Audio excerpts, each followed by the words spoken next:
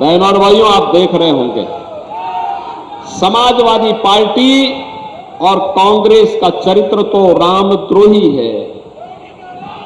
कांग्रेस ने स्वर्गीय वीर बहादुर सिंह को मुख्यमंत्री पद से इसलिए हटाया था क्योंकि स्वर्गीय वीर बहादुर सिंह राम भक्त थे और उन्होंने अयोध्या में राम मंदिर का ताला खुलवाने में अपना योगदान दिया था, इसलिए उन्हें मुख्यमंत्री पद से हटा दिया था कांग्रेस ने। और फिर कांग्रेस ने युक्ति की कि हिंदू वहां पूजा न कर सके। बहनों और भाइयों, आज भी कांग्रेस और समाजवादी पार्टी वही स्वर बोल रही है। कांग्रेस कहती है राम मंदिर का निर्माण नहीं होना चाहिए था, दुनिया में संदेश गलत गया है। समाजवादी पार्टी कहती है राम मंदिर बेकार बना है। मैंने कहा भी देखो, राम मंदिर में उमड़ने वाली भीड़, श्रद्धालुओं की भीड़ बताती है कि राम मंदिर तो ठीक बना है, लेकिन तुम लोगों की बुद्धि भ्रष्ट हो गई है, तुम्हारी बुद्धि में भूसा भर गया है, इसलिए तुम्हें राम मंदिर बेकार लगता है। बहनों और भाइयों, राम मंदिर भारत की सनातन आस्था का प्रतीक है और इसीलिए जब राम मंदिर की बात आती है, ये पूरा चुनाव राम भक्तों और राम द्रोहियों के बीच में जा चुका है। एक तरफ राम भक्त हैं, राम भक्त भगवान राम की सेना, आपने देखा होगा अयोध्या में प्रधानमंत्री जी के कर कमलों से जब रामलला विराजमान हुई, 500 वर्षों का इंतजार समाप्त हुआ। रामलला के विराजमान करने के पहले अयोध्या का जो इंटरनेशनल एयरपोर्ट हम लोगों ने बनाया था, उसका नामकरण मोदी जी ने महर्षि वाल्मीकि के नाम पर किया। याद करिए, अयोध्या में यात्रियों के लिए जो विश्रामालय बनाए गए हैं, रेल बसें बनाए गए हैं, यात्री विश्रामालय बनाए गए हैं, इसका नाम किसके नाम से है? निषाद राज के नाम पर। निषाद राज के नाम पर भगवान राम और निषाद राज की मैत्री का संबंध अयोध्या से है। और साथ साथ हम लोगों ने प्रयागराज के पास भी निषाद राज का किला जिस स्थान पर है, भगवान राम और निषाद राज की 56 फुट ऊंची प्रतिमा को हम लोगों ने वहां पर स्थापित किया है और दोनों के मैत्री के संबंधों को जोड़ा है। मेरा मानना, कोई भी निषाद राज का भक्त रामद्रोही के साथ नहीं खड़ा हो सकता, रामद्रोही के साथ नहीं खड़ा हो सकता है। राम भक्तों पर गोली चलाने वाले लोग आज आपके सामने तमाम प्रकार के इनके अपने आपकी आंखों में धूल झोंकने का प्रयास करेंगे, लेकिन बहनों और भाइयों, इस बहकावे में नहीं आना है। हमने एक काम किया है, अयोध्या में श्रद्धालुओं के लिए जो भोजनालय बनाए गए हैं, कैंपियरगंज से भी तो लोग गए थे दर्शन करने के लिए। अयोध्या में कितने लोग अयोध्या दर्शन करने के लिए गए थे? आप लोगों ने जितनी भी जगह आप लोगों ने जो वहां प्रसाद पाया था, वह प्रसाद जिस भोजनालय में बना था उसका नाम है सबरी भोजनालय। माता सबरी के जूठे बेर खा करके भगवान राम ने लंका पर चढ़ाई की तैयारी की थी। तो भगवान राम तो सबको अपनाने वाले हैं, लेकिन रामद्रोही कभी चैन से नहीं बैठ पाया है। कितना ही बड़ा क्यों ना हो, कितना ही बड़ा ताकत क्यों ना हो, उसकी दुर्गति और उसका पतन जरूर हुआ है। और इसीलिए मैं आपसे कहने के लिए आया हूं, ये चुनाव राम भक्तों और रामद्रोहियों के बीच में है। बहनों और भाइयों, राम भक्त देश के विकास के लिए कार्य कर रहे हैं, देश का सम्मान बढ़ा रहे हैं। हाईवे 2 लेन, 4 लेन, 6 लेन, 12 लेन के हाईवे ये राम भक्तों के द्वारा बनाया गया है। Medical college, AIIMS, IIT, IIM, हर घर नल की योजना, एयरपोर्ट का निर्माण और औद्योगिकीकरण का जो नया दौर शुरू हुआ है, ये राम भक्तों की देन है। हर घर नल के माध्यम से आपके घर में जो शुद्ध जल आने वाला है, राम भक्तों की देन है। गरीब को अन्न योजना, फ्री में अन्न की योजना, ये राम भक्तों की देन है। गरीब के लिए एक 5 लाख रुपए प्रतिवर्ष जो उपचार की सुविधा हो रही है, मुफ्त उपचार की सुविधा हो रही है, ये राम भक्तों की देन है। किसान को किसान सम्मान निधि, हर घर में शौचालय का निर्माण और हर घर में उज्ज्वला योजना का कनेक्शन। याद करिए ना, कांग्रेस के शासन में क्या होता था, समाजवादी पार्टी की सरकार में क्या होता था। पहले तो कनेक्शन नहीं मिल पाता था रसोई गैस का, और रसोई गैस का कनेक्शन ले लिया आपने तो रसोई गैस का सिलेंडर भी धोखा कब देता था, जब पर्व और त्योहार के दिन या जिस दिन मेहमान घर में आए हुए हों। और बहनों और भाइयों, जैसे रसोई गैस का सिलेंडर हुआ समाप्त और व्यक्ति रसोई गैस लेने के लिए एजेंसी में जाता था, तो वहां रसोई गैस तो नहीं मिलती थी, लेकिन पुलिस का डंडा जरूर मिल जाता था। और फिर अगर आपको पुलिस का डंडा नहीं खाना था और खाली सिलेंडर लेके घर में आ गए, तो ये देखो, ये ब्रजेश यादव और इन लोगों के सिर पे जो टांके लगे हैं ना, ये सब उसी बेलना के हैं जो घर में बेलना से मार पड़ती थी।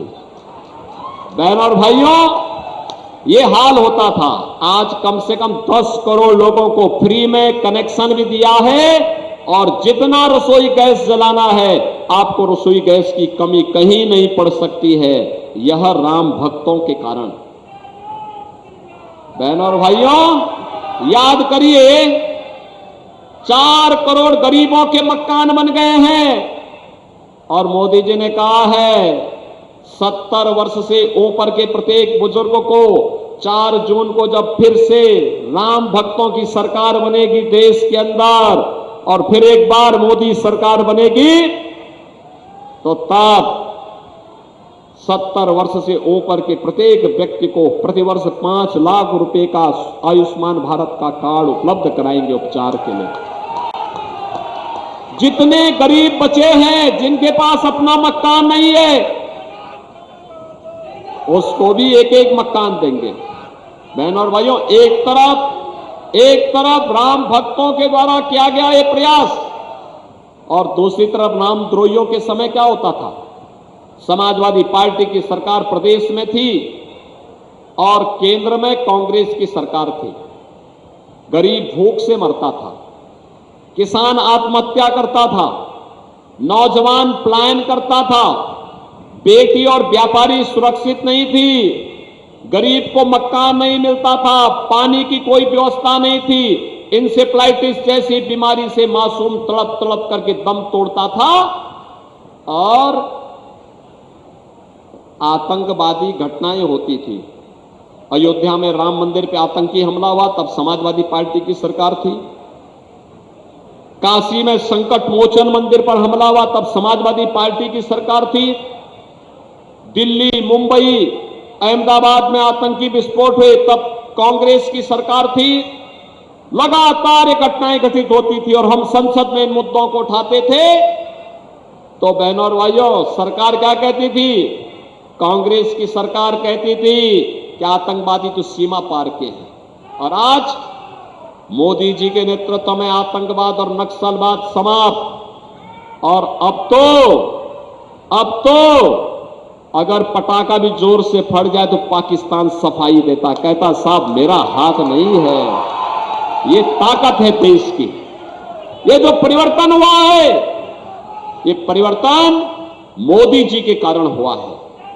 भारत का अगर सम्मान बढ़ा है, भारत सुरक्षित है, हम सुरक्षित हैं, आतंकवाद और नक्सलवाद समाप्त हुआ है, तो मोदी जी के कारण।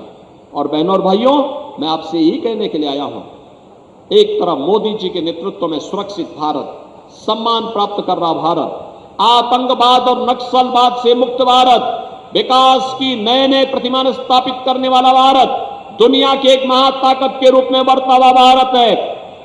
और दूसरी तरफ भारत के खिलाफ षड्यंत्र करने वाले कांग्रेस और समाजवादी पार्टी का गठबंधन है। आप देख रहे होंगे इनका हाल क्या है। इनका घोषणा पत्र क्या कहता है, ये कहते हैं सत्ता में आएंगे तो पर्सनल लॉ लागू करेंगे। पर्सनल लॉ का मतलब जानते हैं आप? पर्सनल लॉ का मतलब तालिबानी शासन। तालिबानी शासन का मतलब बेटी स्कूल नहीं जा सकती, महिलाएं बाजार नहीं जा पाएंगी, बुर्के के अंदर दुबक करके घर में रहना पड़ेगा। यह देश बाबा साहब भीमराव अंबेडकर के द्वारा बनाए गए संविधान से चलेगा। यह देश किसी शरीयत कानून से नहीं चलेगा। यह भारतीय जनता पार्टी की घोषणा है। बहनों और भाइयों, मैं आपसे कहने के लिए आया हूं, भारतीय जनता पार्टी इस बात के लिए प्रतिबद्ध है, किसी भी स्थिति में बाबा साहब भीमराव अंबेडकर के बनाए गए संविधान के साथ कांग्रेस और समाजवादी पार्टी को छेड़छाड़ करने की अनुमति भारतीय जनता पार्टी नहीं देगी। मोदी जी के नेतृत्व में बाबा साहब भीमराव अंबेडकर का सम्मान हुआ। आज एक कांग्रेस और समाजवादी पार्टी सत्ता इसलिए प्राप्त करना चाहते हैं जिससे जीतेंगे तो मिलके लूटेंगे, जीतेंगे तो पिछड़े और अनुसूचित जाति के आरक्षण का अधिकार मुसलमानों को देंगे ये लोग। ये हरगिज नहीं होगा। बाबा साहब भीमराव अंबेडकर ने कहा था, बाबा साहब भीमराव अंबेडकर ने कहा था, धर्म के आधार पर आरक्षण नहीं हो सकता। अगर कांग्रेस और समाजवादी पार्टी किसी मुगालते में है तो देश की जनता उनको वहां पहुंचाने का काम कर पाएगी जहां पे इन दोनों दलों को कोई नाम लेने वाला नहीं बचेगा। और इसीलिए आज मैं आपके पास आया हूं कहने के लिए, कैंपेयरगंज से नया रिकॉर्ड बनना है और उस रिकॉर्ड बनाने के लिए आज मैं आपके पास आया हूं। आप बनाने को तैयार हैं? बनाने को तैयार हैं? भाई थोड़ा जोर से दोनों हाथ आगे पीछे तक आवाज उठाओ। सहमत हैं? बहनों और भाइयों, इसके लिए आपको 2 काम करने पड़ेंगे। अगले 3 दिन का समय प्रचार के लिए बचा है। ये 3 दिन का समय आप भाजपा को और भारत को देंगे। ये 3 दिन का समय, 3 दिन 3 घंटे का समय देंगे। कितने लोग देंगे? अगर आप सब देने को तैयार हैं तो मेरी बात सुनो। अगले 3 दिन आप में से हर व्यक्ति को 10-10 घर में जाना है। 3 दिन में 30 घर। 30 घर का मतलब यानी 30 घर का मतलब 150 वोटर। 3 दिन में 150 वोटर से प्रत्येक व्यक्ति को संपर्क करना है।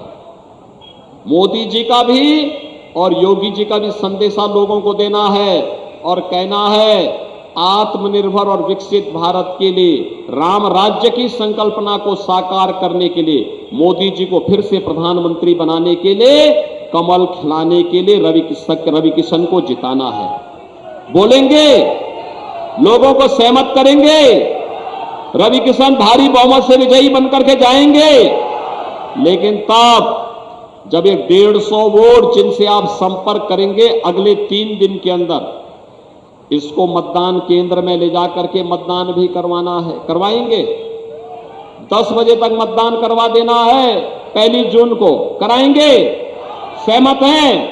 सभी लोग सहमत हैं? दोनों हाथ पाकर मेरे साथ बोलेंगे, दोनों हाथ पाकर मेरे साथ बोलेंगे, भारत माता की, भारत माता की, भारत माता की जय श्री राम, जय जय श्री राम।